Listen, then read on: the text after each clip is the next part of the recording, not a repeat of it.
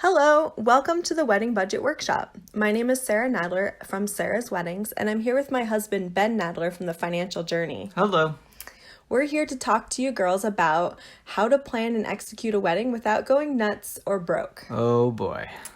Yeah, so obviously we are uniquely in a position to talk about this subject because I have 11 years of experience in the wedding industry. Ben, why don't you talk a little bit about yourself? Well, I've probably got about, maybe 9 or 10 years in the financial industry helping, various people try to meet their budget goals and really set themselves up financially so that they can do the things that they want to do. Yeah, so we thought it would be great to do this video for you on really how to set the vision, set the budget, and meet the vision and meet the budget. Pretty exciting subject, I think, for engaged couples. Yeah, and really important too because you want to have a vision of where you want to get to, what the day is going to be like for you, but also because weddings these days are so financially intensive or can be, it's really important to know what that financial budget's going to be. Absolutely. So as a wedding planner and designer, my first advice for you guys is actually go ahead and set the vision first. Like decide what you want the day to look like, at least on a broad strokes, go through Pinterest, go through Google Images, and really set for yourself what you want it to look like before you start talking about budgeting. The reason why I do it in that order is because, budgeting can be a very depressing subject, especially for those who maybe are just getting going on their careers. And so, money can be a bit tight. We don't want your wedding to be depressing. We just want to, do as much budgeting as you need to in order to pull off the vision. So actually set the vision first, really go over, with maybe girlfriends or friends or your significant other, what you want the day to look like, and then start talking about how you're going to make that happen. All right, so then the next step, of course, is to really get organized. As a wedding professional, the way I get organized is I love spreadsheets, but there are also some incredible wedding planning apps out there. I highly recommend The Knot has a great app, Wedding Wire has a great app. There's a bunch of them out there. You just go ahead and do a little bit of research and find an app that works for you. And most of them will do everything from integrate guest lists, they'll help you with the budgeting, they'll help you with seating arrangements, etc. So really finding yourself a good tool to get organized would be my next step. Ben, how do you suggest couples get organized as far as their budgeting constraints are concerned? Well, I'll be honest, I haven't looked at the apps that you've spoken about. So possibly they will do basically what I suggest, which is, after you've got your vision, you have at least some concept and some idea of what you want to have for your wedding day. So that... And where you want to go. Yeah, exactly. So having that, you can then take, and I'm a big fan of spreadsheets too. So I like being able to have everything where I can see it very clearly, whether, it's 5 items or it's 200 items, right? I realize that can be a bit overwhelming to think of like 200 different things, but if you have everything laid out, it means you don't miss anything, and it means you can look at each step and each item and figure out how you want to tackle that and what you want to put towards it as well. Like you can start looking at, well, which things matter most to you and which things are not quite as important. Like you may decide that, I'll just take something random. The napkins on the table are super important, but the music isn't that important. So you're going to take your spreadsheet and allocate things accordingly like that. But when you have a spreadsheet and you can see everything laid out for you, you can start looking at that thing and really feel like you can get a grasp of, where you're going to allocate your different funds. That's exactly right. And I think, Ben, we're actually going to include below my budgeting spreadsheet that I created. Great. So that'll be a good link for you guys to just, if you want to take a look at the one I've been using, which I've used to help couples stay within budget, then that'll be a gift for you. Okay, so the next step, so let's say you've got your tools in place, you've got your vision in place. The next step really is to assess your finances. Look at, your income versus expenditures, your significant others, also their finances. Sit down together and really figure out what the budget could be. What can you start setting aside now? Maybe you've got some saved already. What are you willing to spend? And really start making that assessment. Ben, do you have any advice for couples on Yeah, this so stage? that's a good question. So, I mean, also this is, and again, maybe you have this situation or maybe you don't, but if there's going to be money that's going to be given to you for your wedding or donate, however you want to put that, that's a really good thing to know as well, because that's going to help you budget as well. If that's not something that's going to be a situation for you, then you can obviously bypass that. But obviously some families like to contribute in this manner, so that's really important to know too.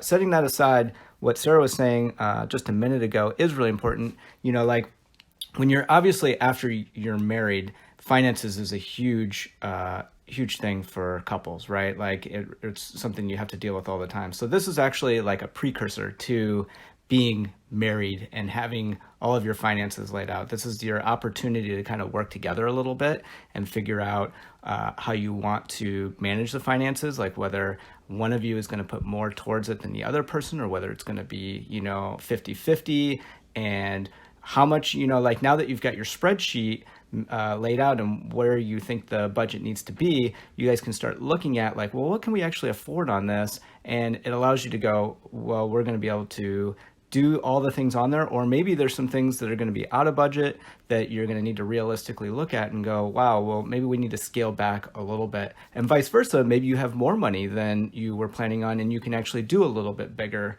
than what you were planning on. But this is really like the point where the two of you sit down, do like a real, like, okay, this is the budget that we have, these are the finances that we have, and this is where we can go to have our wedding that we want to have. Yeah, that's a really good point, Ben. I've done, as you know, mindset coaching and relationship coaching for over the years. And I can tell you the number one thing that comes between couples is finance. You've got infidelity, being adulterous, being disloyal, but even above that, it's just arguments over money. So this is really your first test as a couple of how you will deal with this subject in a lot of cases.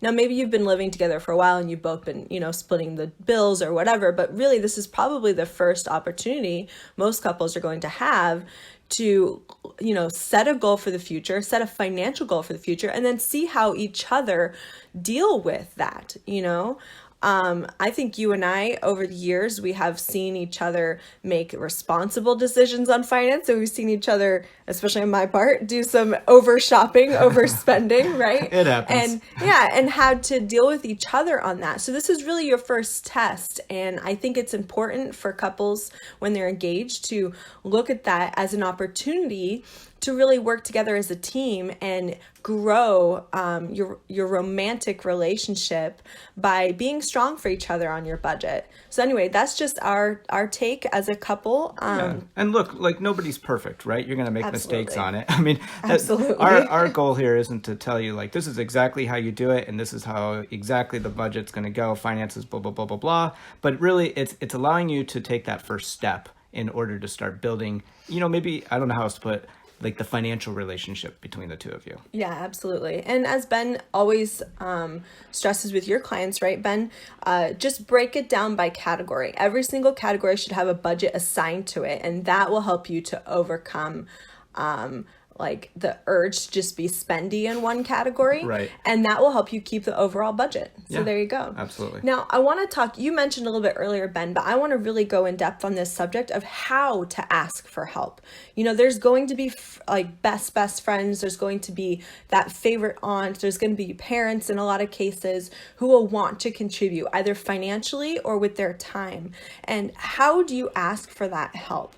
Now, I thought it would be a great opportunity for us to both give our opinions because I have a lot of experience in this area, but also you and I are very different. I'm a complete extrovert. I will just bluntly ask people for help and sometimes even be a little bit too demanding. And you're often the one who has to balance that out, make sure the manners are in, and you're a little quieter in the way you communicate. So I thought, why don't you start? How would you ask a parent for help from more of that introvert or even just, quieter personality? I mean, Really, the way that I would go about it is, like, well, for example, when we did have our wedding, I, had a conversation with my mom, and I was just seeing, what stuff she would be willing to do.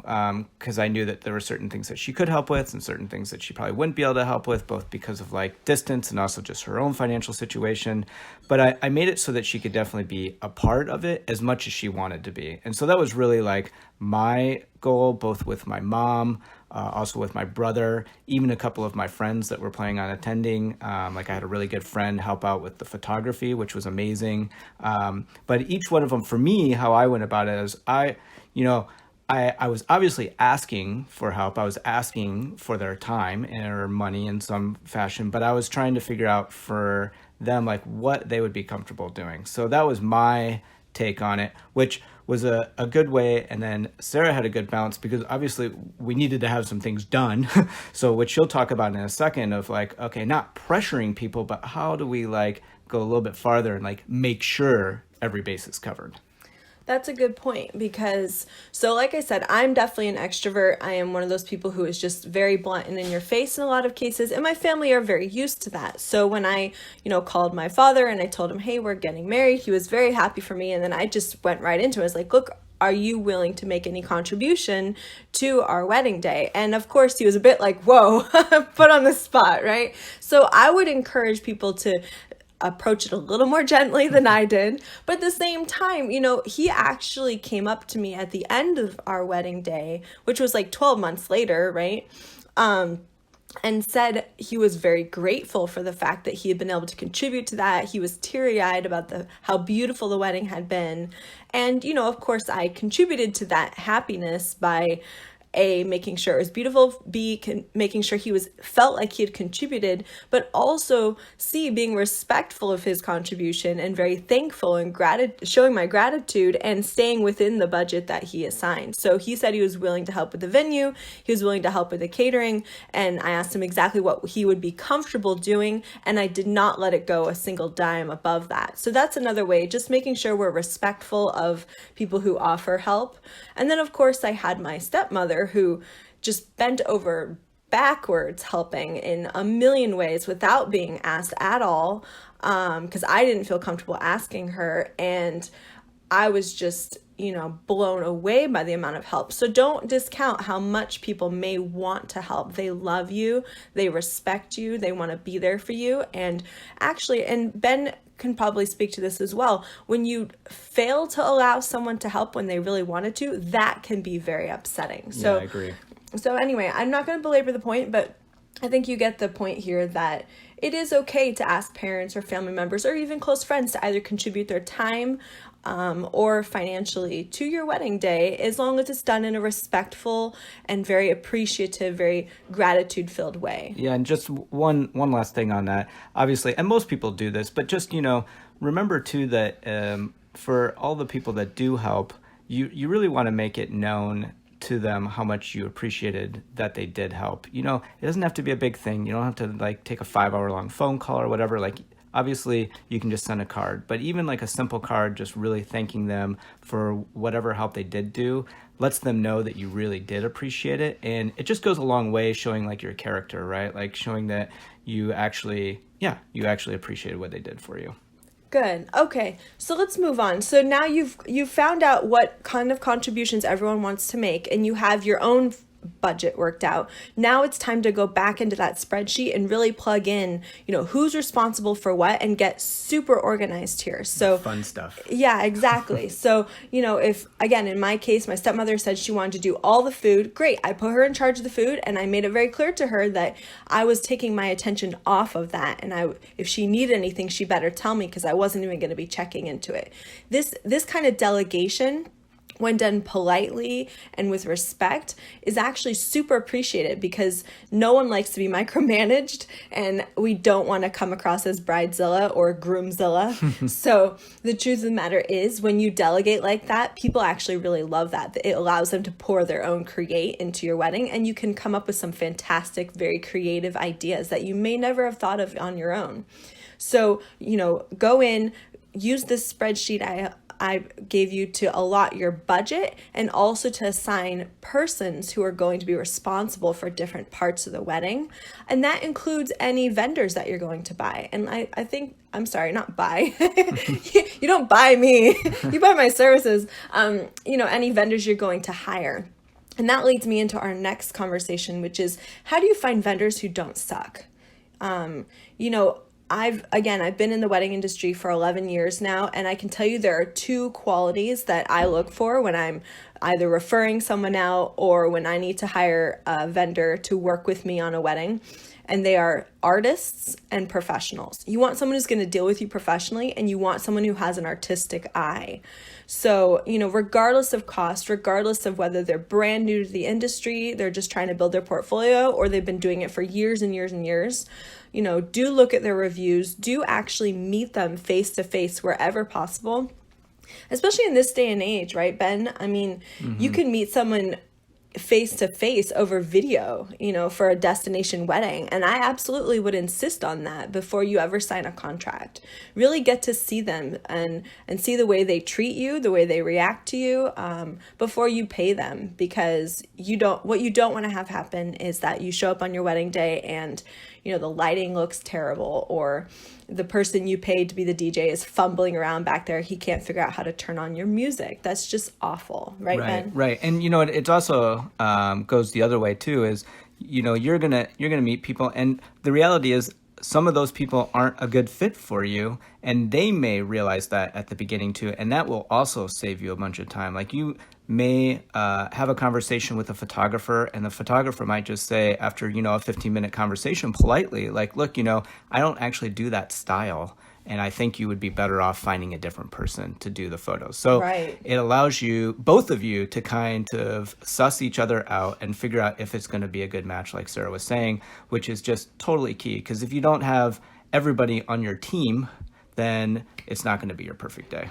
Absolutely. And the other things I want to suggest here when it comes to vendors is, so whoever you end up working with, there are two topics really that I think are not broached enough with couples beforehand, and then they end up regretting it the day of. That is, added support is one of them. So, hiring someone who's just going to be your personal assistant that day. It doesn't have to be a high expense, and it can even be not a hired thing, but a friend or, a young cousin or something who's just their job throughout the day of your wedding is just to run around and be your support team.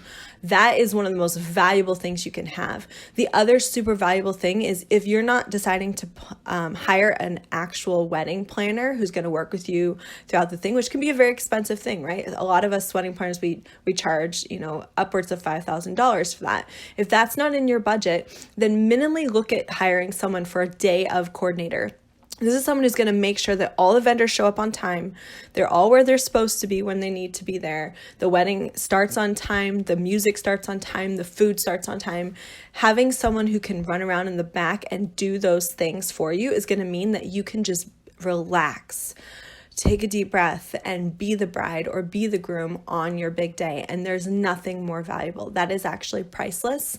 But again, if you do the research in your hometown and you find that a day of coordinator is not in your budget, then I'm actually going to include a little write-up below that you can hand off to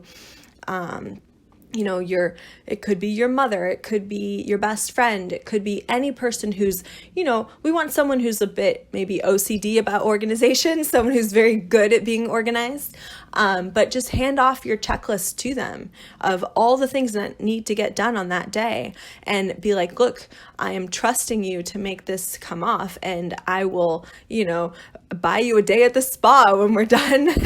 But it's really, really important to not have the bride or the groom running around on the day of trying frantically to make sure everything is coming off. You should be relaxed. You should be sitting there in joyful in anticipation of this beautiful moment that you're going to be sharing. Yeah, actually you shouldn't have any attention on anything but the two of you. That's really, if you have it going off without a hitch and everything is being done, whether it's frantically behind the scenes, you can't see it, it doesn't really matter, but if your attention is just on the wedding ceremony itself, then that all that planning and all that hard work and everything you did up till that day paid off.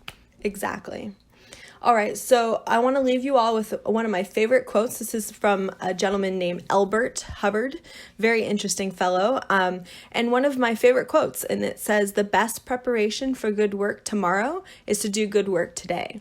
So every single day, as you do these steps, just do a really good job at each particular step that we covered, and you will find yourself with a beautiful ceremony on a beautiful day, relaxed, happy, enjoying it with your family and friends. And you're going to come to the end of your honeymoon having stayed within your budget and really set up so that you guys can just have a wonderful life together. And that's what my wish is for you. And if you have any more questions on budgeting, feel free to contact Ben, right? Wasn't that right, Ben? You were going to offer them, tell them what you were offering them. It was a 1 hour interview. Is that right? Yeah, absolutely. Like we'll sit down and we can go over just, like some basic budgeting and finance, get your goals so that we can kind of see where you sit and where you'd like to be and kind of just get it rolling for you, right? So that you can start moving in that right direction. That is super valuable. Thank you so much for being with us here today, Ben. And I really look forward to seeing all of you at Bride School. If you haven't heard yet about Bride School, go ahead and hit my website to check it out. That's sarahweddings.com. Sarah with an H. All right. I'll see you guys soon. Bye. All right, bye.